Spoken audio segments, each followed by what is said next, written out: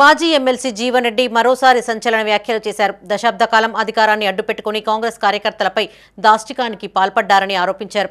ఇప్పుడు మళ్లీ అదే బీఆర్ఎస్ నాయకులు కాంగ్రెస్ పార్టీ ముసుగులో రాజ్యాధికారం చేజిక్కించుకునే ప్రయత్నం చేస్తున్నారని ఆరోపించారు.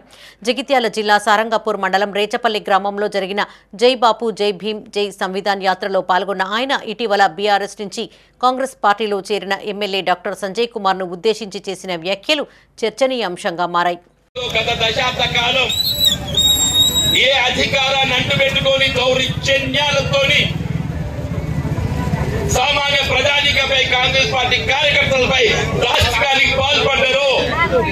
మళ్ళీ టీఆర్ఎస్ పార్టీ నాయకులు ఏదైతుందో మళ్ళా కాంగ్రెస్ పార్టీ ముసుగులో ఏదైతుందో మన రాజ్యాధికారాన్ని చేయించుకునే ప్రయత్నం చేసి రాష్ట్రంలో కాంగ్రెస్ పార్టీ అధికారం ఇది కేవలం కాంగ్రెస్ పార్టీ కార్యకర్తల